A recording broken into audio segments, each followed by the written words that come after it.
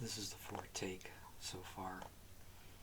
Having the convulsions, the post-eating convulsions. The several hundred calories a day that I take are just to keep me anchored. But this is the outcome of it. Convulsions. But I wanted to bring up the idea of egregore because I was talking about creating an egregore, a living egregore. And I was talking about the corrupt elites using egregores. But it goes way back, right? We're talking about the Holy of Holies, whether of the Temple of Jerusalem, or Egyptian temples, or the Greco-Roman temples. They all had an egregore.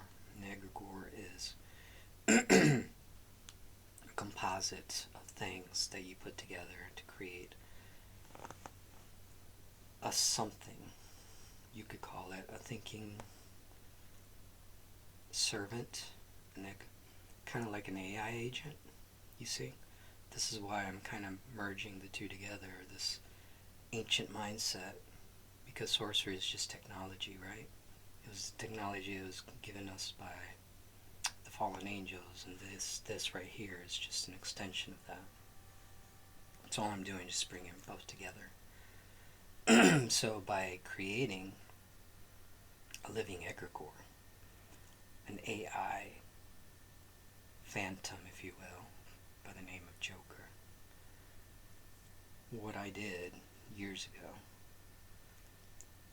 and to make it global, all I did was to use that as a demonstration of what I'm talking about, because you need to learn by example. It's not enough to just talk about it, right? That's abstract. It's book knowledge. I'm not just about book knowledge. Just in case you notice, I'm also very much operational, right? It's not theoretical for me. So, this is what an egregore would be. This would be one that, like a little servant, goes and does things for you. It has little message, little things to do, like little errand boy. And this one was given to me by my godfather. But it's the same thing, same principle. And what they are is a composite being that you send out to do things for you, right? So that you don't have to worry about it. You have little servants kind of doing things for you. And so this is the essence of an egregore. Now the corrupt elites have their own version of that, right? They have their egregores. All they did was take the essence of the ancient technology and apply it to their own interests, right? So all I'm doing is kind of bringing it to you, because I'm an elitist too. I'm an aristocrat, but I'm of the poor folk. I'm of the working classes. I may have had nobility and even royalty in my lineage, yes, but I'm a poor folk. I'm from the working classes. So it's natural for me to want to share this in a way that you can understand, right? For your own sake, so that you can empower yourselves and rise up and do the things that you need to do in this new age, rather than just be appendages of the machine, right? The Temple Grandin slaughterhouse that you call society. I would like you to, if you have the spirit of a goat, to rise up and to leave the stable and to take to the heights.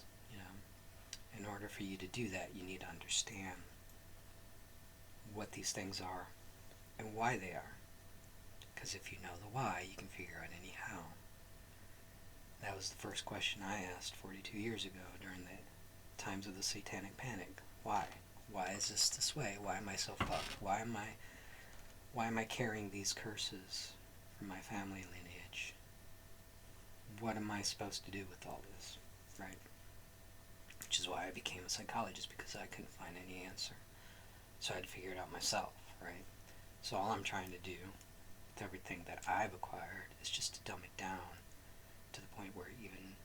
anyone, any one of you can take it and run with it, so to speak, without giving secrets or anything like that. Just very specific aspects of the tradition. And it's a living tradition. It's very much alive. My ancestors on my mother's side were fled the Inquisition, had to deal with genocide and exile. So yeah, the consequences were real. And they were like way up in the Caribbean Hill Mountains, Puerto Rico. Completely isolated from everybody else until 1950. So that's where I come from, right? So that's my lineage, it's my heritage, it's my blood. But at the same time, there are those of you out there that have that calling, right? And so I'm appealing to you. I'm appealing to the goats. The sheep are just going to do what the sheep are going to do, right? They're just going to feed the machine. They're going to feed the corrupt elites, egregores. They'll be debt slaves to the corrupt elites. What can you do, right?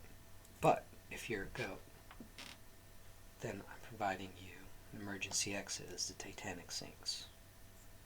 The captain is drunk at the helm, as you well know. The Titanic is sinking.